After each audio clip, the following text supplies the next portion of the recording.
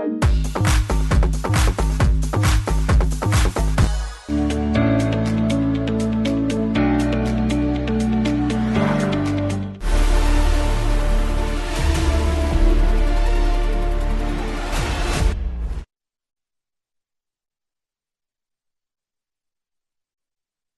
chase and a win made in Australia. David Warner and Mitchell Marsh have put on 144 to keep the Capitals well and truly alive. The same pair that won Australia the World Cup 5 months ago in Dubai have ensured a game that the Rajasthan Royals thought they might be in. After getting 160 at halftime, after getting KS Bharat out in the first over, that they could do the job against an under-pressure Capital side, Warner and Marsh had other plans. We finally seen the best of Mitchell Marsh in the IPL, and we've seen him register his first IPL 50. Sanjay Manjrekar with me. We'll hopefully hear from Piyush Chawla in a bit as well on Maruti Suzuki presents ESPN Cricket for T20 timeout powered by IQ 9 5G.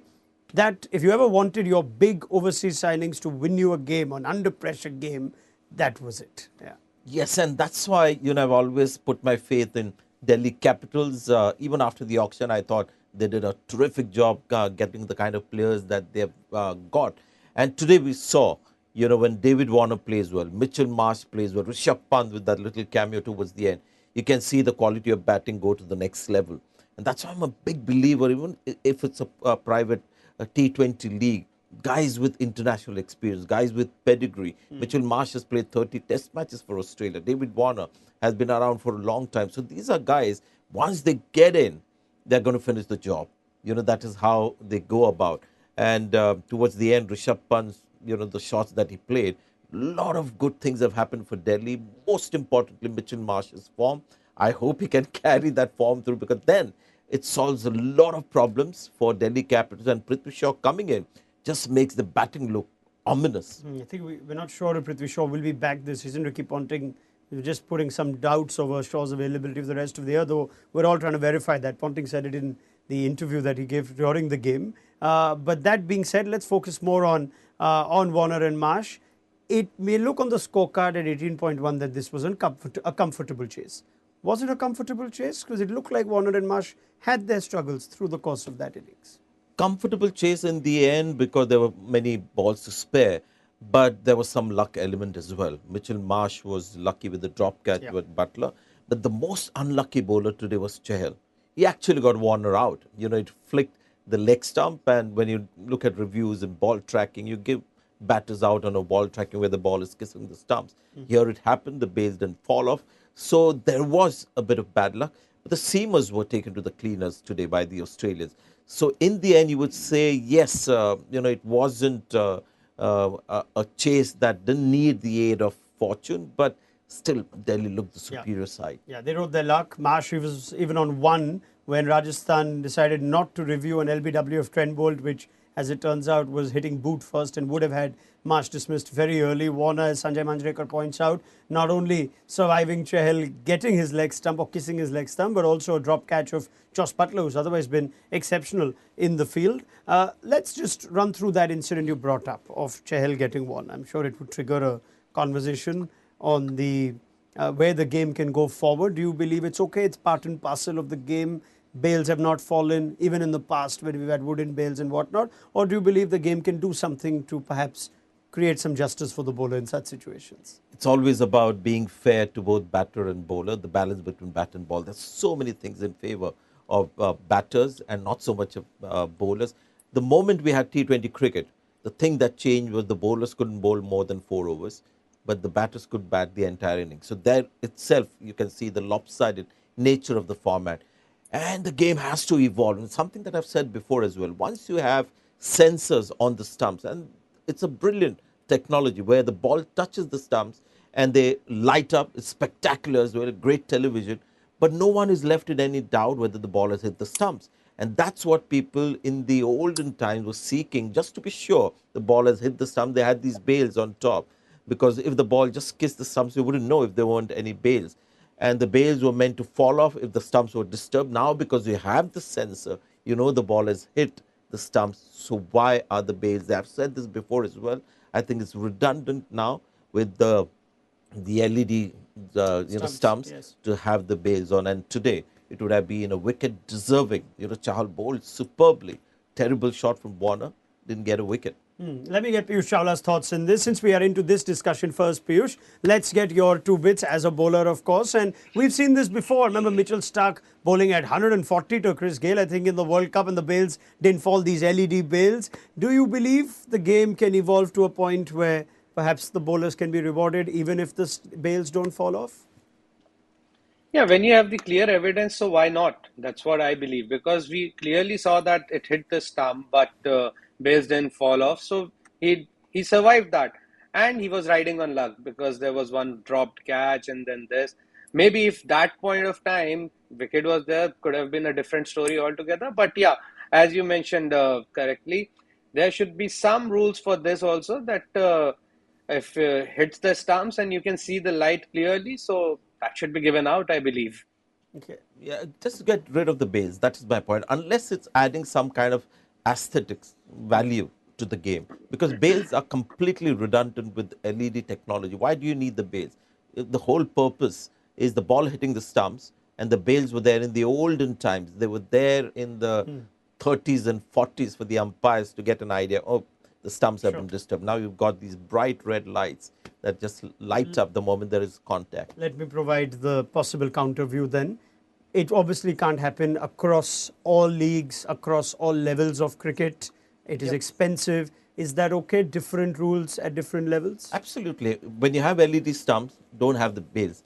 The other problem with bales is, if you remember when there's a stumping thing, you wait for it to light up and then you're talking about, whether both the stumps are off the grooves. And there's just a lot of complication when you're judging stumps or run-outs. Just keep it simple. I know it won't happen because we don't like to change too many things. We tweak few other rules.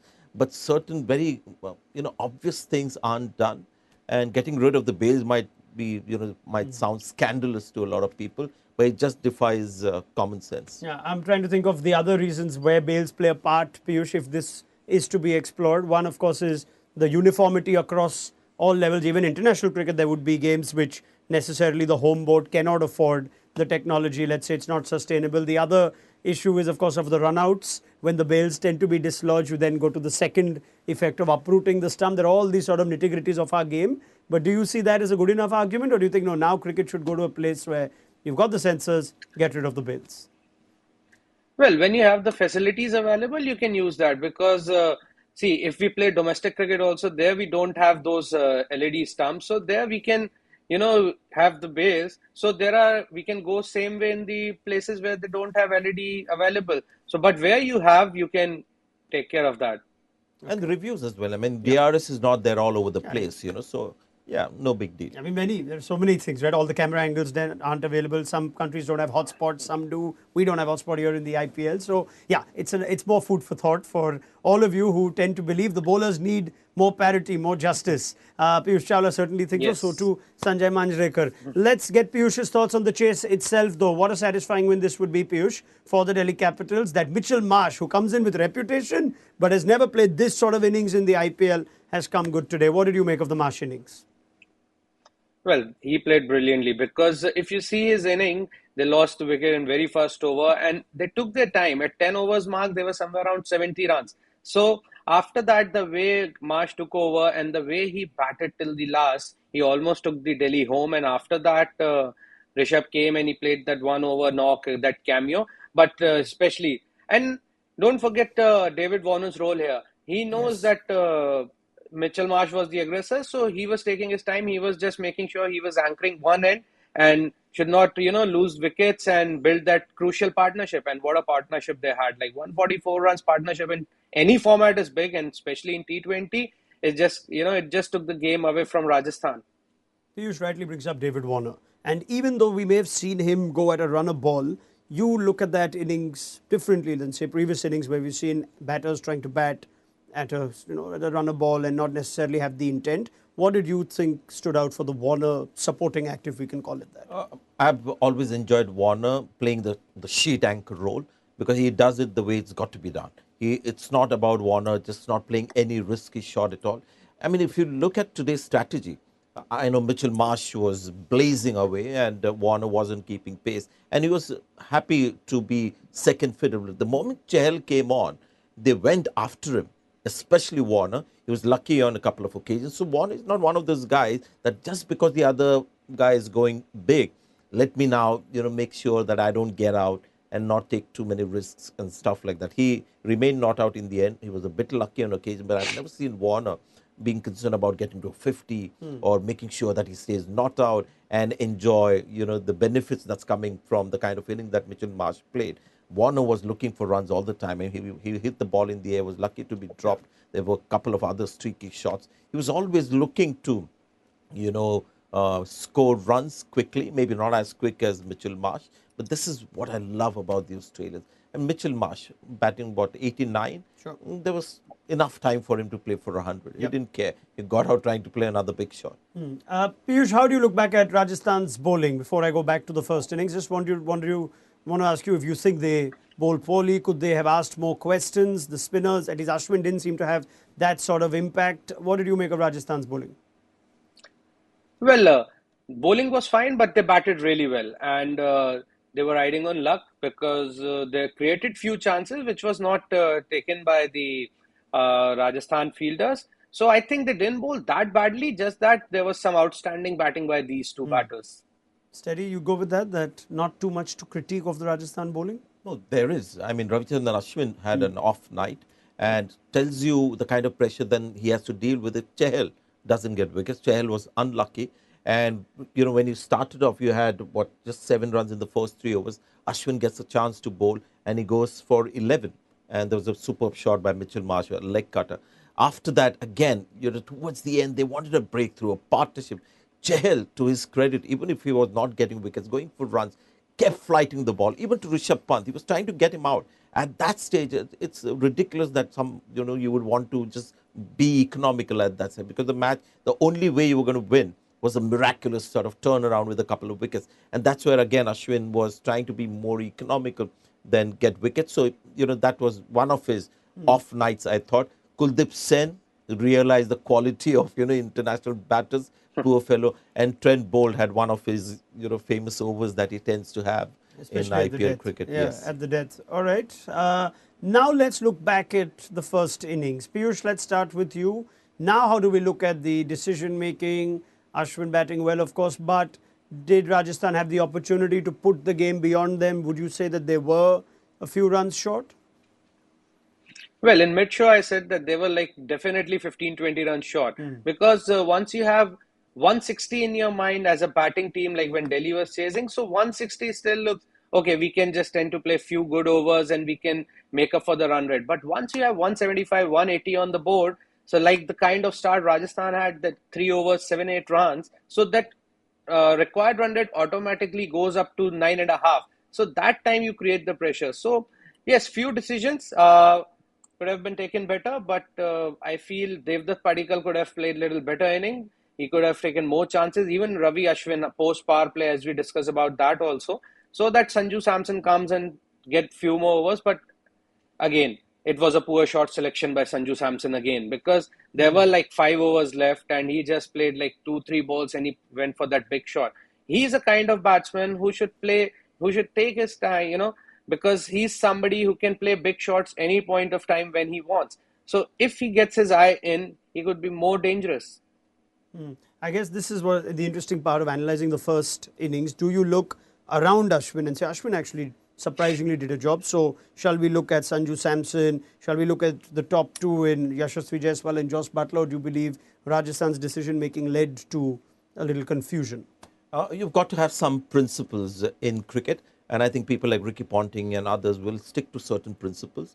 And one of the things that defies my principle when I'm watching cricket, or when I played cricket, was that you had a batter like Ashwin playing almost 6.2 overs of the 20 overs, thereby denying people like Sanju Samson, who came in the 15th over, Parag after him, Rassi van der Dusen after him.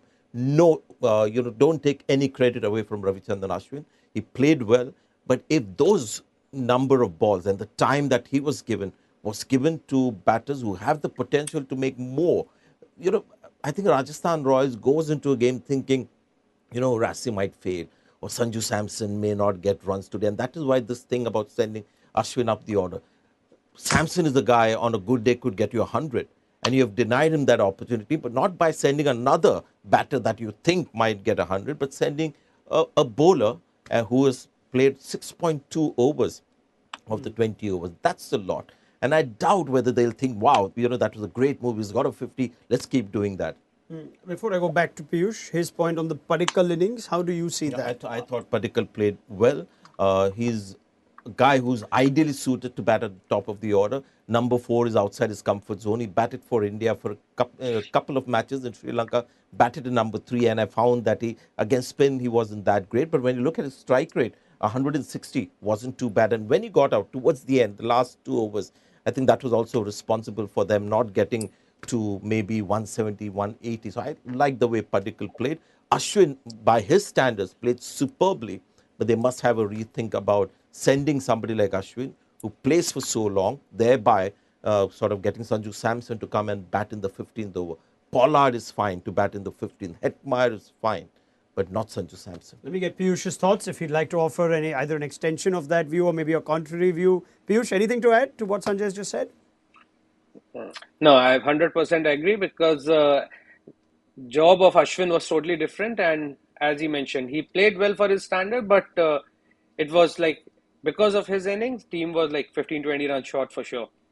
Do you believe this was a move just for today, Piyush, where they were missing Hetmeyer, so he said, Sanju, you do Hetmeyer's role? And is that a mistake now at the end of the game? Well, I don't know about that. That was a move because Hetmeyer was not there, because Hetmeyer was there earlier also and he batted at number 3. And at that time he came and he was throwing bat at everything. But today it was totally a different ball game. He was throwing bat at everything in the power plays, but after that he started playing like, he was trying to build his inning, and I don't know what was running through his mind. So I don't think so that that was like a good move. Maybe there was no message during the strategic timeout that your role is just to go after the bowling. But he didn't do that. Sanjay? See, yeah, it was in patches. Started off superbly, 20 good runs at the right time, and then slowed down and went close to 50, eventually got a 50, ended up with a strike rate of 130. The thing is about now, not how well Ashwin played or the strike rate of 130. The same opportunity given to somebody like a Sanju Samson or Rassi, there is potential that you would get more out of it. So it is something that I will never want to do if I'm in charge of a batting order, to send somebody like Ashwin who stays there for such a long time. It will be interesting what the Royals camp would think. Would Kumar Sangakkara say 107 for 3 after 14 I would have taken, no matter who my 3 were, especially with Butler out, and then I've got 6 overs with Samson in it to try and get 12 and over, right? Because Samson is capable of even that, 10 ball, 30 or something like that. So that Things goes are to getting Piyush's a little point. tricky now. Let's get down to brass tacks. Piyush will agree as well. We talked about how easy it was for new batters to come in and just carry on in the same way the said batters were batting, because the pitches were belters and it was easy for new batters to come in and just keep the same kind of strike rate. Now it's going to be tough. So it was a risky tactic to have such quality in your batting and just exposing that for the last 5 or 6 overs. Yeah, interesting, Piyush, if you'd like to add on that. Now that we are seeing perhaps these pitches play a little differently, bowlers tend to be getting more out of their slower balls, their variations, etc., etc. Do teams need to just think differently for the last, say, 2 weeks of the IPL? Not bank on guys to come in the 15th, 16th, 17th over and get you those cameos that they were getting earlier on? Yeah, because if last 2 weeks also you see the pitch has slowed down, and I mentioned that quite a few times, and it's not easy for anybody. Even if you're playing on a belter, you have to be in a wonderful form to, go from right from the first ball. Here, pitches are not supporting the batters that much because it's slow on the sides. Your shot makings are not that easy, so you need few balls to get your eye in. And if you don't have enough time to get your eye in, so it becomes really difficult for any batter, no matter how high quality batsman you are. If you're the Rajasthan Royals, Piyush, if you look at the points table also now, you'll see the Capitals have kept at least the IPL interesting by picking up these 2 points, and they are breathing down the neck of RCB, or in action tomorrow. They have a better net run rate than RCB. Keep an eye on that if it comes into consideration. And Royals are now at the same stage as RCB, 14 points in 12 games. Would you at all be concerned as a Rajasthan Royals team member or management, Piyush, that without Butler, you're just not getting the job done? Yeah, obviously you'll be worried because if you see the whole tournament, at least 40% of the runs are scored by him. And if he's getting out and you're not able to get big score on the board, so it's a matter of worry. And especially in this time, at this point of time, where you just have two games and you desperately need to win at least one game to make it to the playoff. So yeah, they'll be worried because, as we always say, law of averages. You never know. In next game also, Butler might not get runs again. So who will be that guy who will take that responsibility to get to 175, 182 and make sure that Rajasthan get over the line? If I look at their remaining fixtures, the Rajasthan Royals, they've got Lucknow, a team that would need to win to keep a top 2 playoff spot alive, and then Chennai, who look a dangerous team. Big 2 games for them. It's not like the Royals are secure and guaranteed. Let's look at the larger picture with the Rajasthan Royals. You're looking at remaining matches for Rajasthan there. History of the IPL, barring that one title win, Rajasthan Royals has been a team that has always struggled to get through to the final 4. And I don't think any magic was done at the auction this time round as well. So it was the typical Rajasthan Royal, collection of players. What changed for them was this incredible form of Joss Butler, which they have seen earlier as well. I think there were 3 consecutive Player of the Match awards that Butler got, matches that the Rajasthan Royals won. Plus the fact that Hetmeyer has been more consistent than he's ever been. Plus the combo of Chahal and Ashwin. Largely unexpected, all these things. And that's what's made Rajasthan Royals successful and a winning team to reach this stage. But these kind of, this formula is not a reliable formula for a long league. So I'm looking at a team that has only faced, defeats in the last so many IPLs. It's a team that is used to, losing, whether they still have that, drive inside them and make themselves believe that, this season will make it into the final 4, or the likes of Delhi Capitals who have reached the final rounds, or RCB, with the high quality, big name players that they have, whether they will be eventually taking over from Rajasthan Royals. So that's going to be the test. Not so much about Butler, Hetmeyer and all of this firing, whether they themselves as a franchise believe that this season could be ours. Delhi Capitals, on the other hand, Piyush, is this the kind of win that could give them some momentum towards the end? They still not won 2 games on the trot, and they now have Punjab and Mumbai coming up at their last 2 games of the league stage. But is this win giving you any kind of confidence that Delhi could pull off a last-minute heist? Well, if you win like this, the way they won today, it obviously gives you a lot of confidence because when you're chasing 160 on a little slower wicket and you do it quite easily, so that definitely gives you that confidence. And Punjab is also not in a great form, so I think that would add little more confidence in Delhi Capitals camp. And you never know, they can do that because if they win the next one, they'll get that momentum, and then one game is like last game gonna be like the knockout one. Mumbai Indians in that last game. You wouldn't mind playing the Mumbai Indians this season, if not any other season. So we shall find out. But as it turns out, that was all the time we've had for this thrilling game between Rajasthan and Delhi. It might have ended early, but it had its moments that kept us fairly compelled and viewed into the game. Thank you to Sanjay Manjrekar. Big thank you to Piyush Chawla. More from them on Maruti Suzuki presents ESPN Cricket for T20 Timeout, powered by Q9 5G tomorrow, as we see Chennai versus Mumbai, 2 of Piyush's former franchises in the high-profile Classico fixture, which of course means very little this season. but we will be here at 7. Before I leave you, let's have a look at the Maruti Suzuki Driving School poll of the day. Most runs in today's game. We thought that it would be just the boss again. It was Mitchell Marsh. So that is the answer that we were looking for. It didn't come our way. It would have been in the others, 8%. Get busy with the Maruti Suzuki Driving School poll of the day tomorrow as well. Delhi Capitals are still alive, so the league is still interesting. Let's see what happens tomorrow. Look forward to your company then. Good night.